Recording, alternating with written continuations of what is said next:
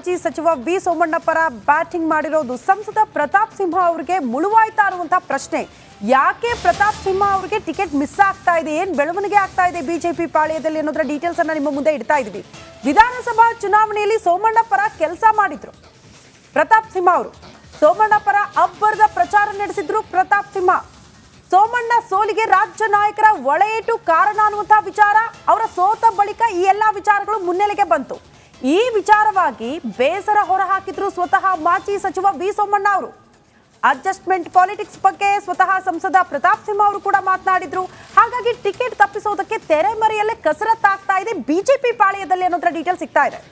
ಪ್ರತಾಪ್ ಸಿಂಹ ಅವ್ರಿಗೆ ನೀವಾಗಲೇ ಹೇಳಿದ್ರಿ ಶೆಟ್ರೆ, ವಿರೋಧ ಪಕ್ಷದವರಲ್ಲ ಸಮಸ್ಯೆ ಆಗಿರೋದು, ಒಳ ಪಕ್ಷದವರು ಅಂದ್ರೆ ಸ್ವಪಕ್ಷದವರೇ ಸಮಸ್ಯೆ ಆಗ್ತಿದ್ದಾರೆ ಅನ್ನುವಂತ ವಿಚಾರ. ಈಗ ಈ ರಾಜಕೀಯ ಅಡ್ಜಸ್ಟ್ಮೆಂಟ್ಗಳು ಯಾವತ್ತೂ ಇದ್ದೇ ಇರುತ್ತೆ, ಇಲ್ಲ ಅಂತಲ್ಲ. ಇವತ್ತು ವಿಜೇಂದ್ರ ಅವರಲ್ಲಿ ಎಲ್ಲಿ ತಮ್ಮ ಸ್ವಕ್ಷೇತ್ರ ಶಿಕಾರಿಪುರದಲ್ಲಿ ಗೆಲ್ಲಬೇಕಾದ್ರೆ ಇದು ತುಂಬ ಜನರಿಗೆ ಕೆಲವರದನ್ನು ಹೇಳೋದಿಲ್ಲ, ಹೇಳ್ಬಿಡ್ತೀನಿ ನಾನು. ಶಿಕಾರಿಪುರದಲ್ಲಿ ಗೆಲ್ಲಬೇಕು ಅಂದರೆ ಸಿದ್ದರಾಮಯ್ಯನವರು ಹೆಲ್ಪ್ ಮಾಡಿದ್ದಾರೆ ಅಲ್ಲಿ. ಹಾಗೇನೇ ವರುಣಾದಲ್ಲಿ ಯತೀಂದ್ರ ಸಿದ್ದರಾಮಯ್ಯ ಗೆಲ್ಲಬೇಕು ಅಂದರೆ ವಿಜೇಂದ್ರ ಕೂಡ ಹೆಲ್ಪ್ ಮಾಡಿದ್ದಾರೆ, ಆಯಿತಾ? ನಿಜ, ಕಳೆದ ಬಾರಿ ಸೋಮಣ್ಣ ಅವರನ್ನು ಕಣಕ್ಕಿಳಿಸಲಾಗಿತ್ತು ಯಡಿಯೂರಪ್ಪನವರು. ಯಾಕಂದರೆ ಯಡಿಯೂರಪ್ಪನವರಿಗೆ ಅಧಿಕಾರ ಕೊಟ್ಟಿರಲಿಲ್ಲ. ಯಡಿಯೂರಪ್ಪನವರು ಹೋದರು, ಪ್ರಚಾರ ಎಲ್ಲ ಮಾಡಿದ್ರು. ಅವರೆಲ್ಲಿ ಪ್ರಚಾರ ಮಾಡಬೇಕಾಗಿತ್ತು?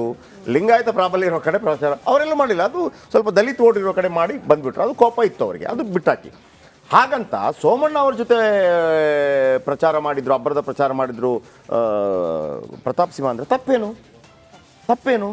ಇವ್ರಿಗೇನಾದರೂ ಸೋಮಣ್ಣ ಅವ್ರ ಜೊತೆ ಸರಿ ಇಲ್ಲ ಮತ್ತೊಂದು ಓಕೆ. ಆದರೆ ತುಮಕೂರಲ್ಲಿ ಟಿಕೆಟ್ ಕೊಡೋದಕ್ಕೆ ಇದೇ ಯಡಿಯೂರಪ್ಪನವರು ಮತ್ತು ವಿಜೇಂದ್ರ ಅವರು ಓಕೆ ಆಗಿದ್ದಾರೆ. ಹೌದು. ಆಮೇಲೆ ಇವರೇ ಅಧ್ಯಕ್ಷರಾಗಿರೋದು. ನಾಳೆ ಕಡಿಮೆ ಆದರೆ ಮರ್ಯಾದೆ ಹೋಗೋದು ಯಾರ್ದು? ಯಡಿಯೂರಪ್ಪ ಅಂಡ್ ವಿಜೇಂದ್ರ ಅವ್ರದ್ದು. ಅವರೆಲ್ಲರನ್ನೂ ಈವನ್ ಅಲ್ಲಿ ಬಸನಗೌಡ ಪಾಟೀಲ್ ಯತ್ನಾಳ್ ಅವರನ್ನು ಕೂಡ ಅಡ್ಜಸ್ಟ್ ಮಾಡೋಕೆ ರೆಡಿ ಇದ್ರು. ಸಿ ಟಿ ರವಿ ಅವರ ಮನೆಗೆ ಹೋಗ್ಲಿಲ್ವಾ ವಿಜೇಂದ್ರ? ರೆಡಿ ಮಾಡ್ಕೊಂಡು ಬಂದ್ರಲ್ವಾ? ಮೊದಲೆಲ್ಲರೂ ಟೀಕೆ ಮಾಡಿದ್ದಾರೆ. ಸಿ ಟಿ ರವಿ ಟೀಕೆ ಮಾಡಿದ್ದಾರೆ, ಪ್ರತಾಪ್ ಸಿಂಹ ಟೀಕೆ ಮಾಡಿದ್ದಾರೆ. ನಮ್ಮ ಸೋಲುಗಳಿಗೆ ಯಾರು ಕಾರಣ ಅಂತೇಳಿ. ಇದ್ದದ್ದೇ ಒಂದು ದೊಡ್ಡ ಪಕ್ಷ ಅಂತ ಹೇಳುವಾಗ ತಮಗೆ ಮಹತ್ವ ಆಲ್ರೆಡಿ ಕೊಟ್ಟರಲ್ಲ ವಾಪಸ್ ಮಹತ್ವ ಯಡಿಯೂರಪ್ಪನವರಿಗೇನೆ. ಆದರೆ ಸೋಮಣ್ಣ ಅವರ ಈಗ ಸೋಮಣ್ಣ ಒಂದು ಪ್ರಶ್ನೆ ಕೇಳ್ಬೋದು ನರೇಂದ್ರ ಮೋದಿ ಅವರ ಹತ್ರ. ನಾನು ಸೋಮಣ್ಣ ಅವರ ಬಗ್ಗೆ ಪ್ರಚಾರ ಮಾಡಿ ತಪ್ಪೇನು? ಅವರೇನು ಕಾಂಗ್ರೆಸ್ನವರ? ಸೋಮಣ್ಣ ಅವ್ರದ್ದೇ ಪಕ್ಷದ್ದು ಇರ್ಬೋದು. ಈಗಲೂ ಅಲ್ಲಿ ಅವರನ್ನು ಕ್ಯಾಂಡಿಡೇಟ್ ಮಾಡಿದರೆ ಕಾರ್ಯಕರ್ತರು ತಲೆ ಮೇಲೆ ಹೊತ್ತು ಗೆಲ್ಲಿಸ್ತಾರೆ, ಎರಡು ಮಾತೇ ಇಲ್ಲ. ಸ್ಥಳೀಯ ನಾಯಕರುಗಳಿಗೆ ಸ್ವಲ್ಪ ಅಸಮಾಧಾನ ಇದೆ, ಇವರು ರಾಜಕೀಯ ಮಾಡೋಕ್ಕೆ ಬಿಡೋದಿಲ್ಲ, ಮತ್ತೊಂದು ಎಲ್ಲವೂ ಇದೆ. ಅದನ್ನು ಬುದ್ಧಿ ಹೇಳಿ ಏನಾದರೂ ಮಾಡಲಿಕ್ಕೆ ದೊಡ್ಡ ದೊಡ್ಡ ನಾಯಕರಿದ್ದಾರೆ, ಯಾಕಂದರೆ ಪವರಲ್ಲಿದೆ. ಅದರ ಹೊರತಾಗಿ ಬೇರೆ ಏನಾದರೂ ಇದೆಯಾ? ಇದೊಂದು ಮಾತು ಕೇಳಿ ಬರ್ತಾ ಇದೆ.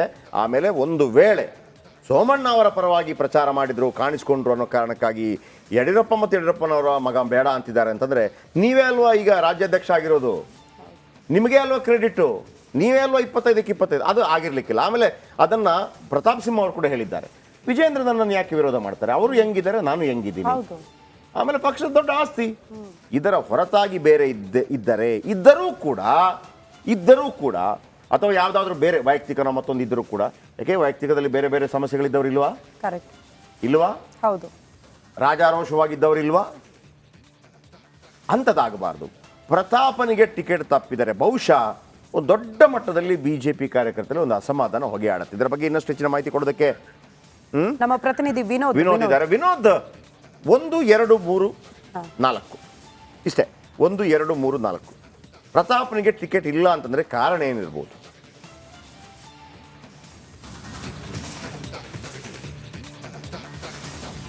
ಜಯಪ್ರಕಾಶ್, ನೀವು ಹೇಳಿದಾಗೆ 100ಕ್ಕೆ 100 ಸತ್ಯ. ಪ್ರತಾಪ್ ಸಿಂಹ ಅವರು ಸೋಮಣ್ಣ ಅವರು ಬಿಜೆಪಿಯ ಪಕ್ಷದಿಂದ ನಿಂತಿದ್ದು. ಅವ್ರು ಯಾವುದೇ ರೀತಿಯಾದ JDS ಪಕ್ಷದಲ್ಲಿ ಸ್ಪರ್ಧೆ ಮಾಡಿರಲಿಲ್ಲ, ಕಾಂಗ್ರೆಸ್ ಪಕ್ಷದಲ್ಲಿ ಸ್ಪರ್ಧೆ ಮಾಡಿರಲಿಲ್ಲ. ಅವರ ಪರವಾಗಿ ಹೆಚ್ಚು ಪ್ರಚಾರವನ್ನು ಮಾಡಿದರು.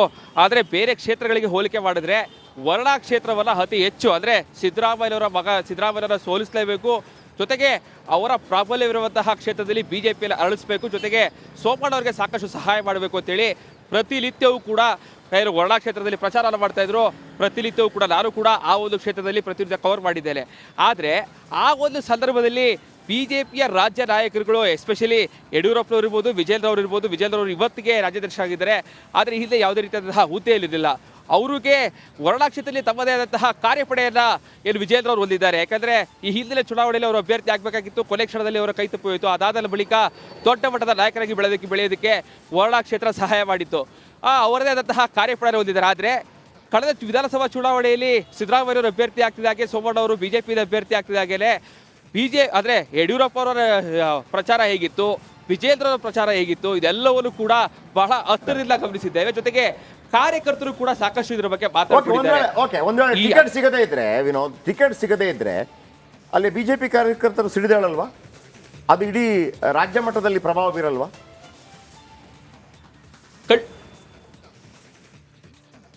ಇವತ್ತಿಗೂ ಕೂಡ ಪ್ರತಾಪ್ ಸಿಂಹ ಅವರಿಗೆ ಟಿಕೆಟ್ ಮಿಸ್ ಆದ ಸಂದರ್ಭದಲ್ಲಿ ದೊಡ್ಡ ಮಟ್ಟದಲ್ಲಿ ಅಸಮಾಧಾನ ಉಂಟಾಗೋದಂತೂ ಬಹುತೇಕ ಖಚಿತ.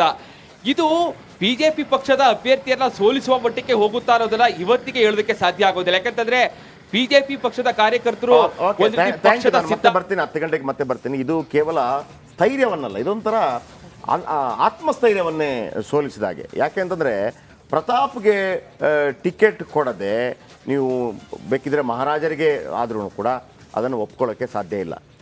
ಒಂದು ಮಾತು ಶ್ರುತಿ, ಈಗ ಏನು ಗಾಂಧಿ ಫ್ಯಾಮಿಲಿ ಇದೆಯಲ್ಲ, ಗಾಂಧಿ ಫ್ಯಾಮಿಲಿ ಯಾವತ್ತೂ ಕೂಡ ಕಾಂಗ್ರೆಸ್ ಪಾರ್ಟಿಗೆ ಸಮಸ್ಯೆಗಳು ಬಂದಾಗ ಸಮಸ್ಯೆ ನಿವಾರಣೆ ಮಾಡಲಿಕ್ಕಿರುವಂಥದ್ದು.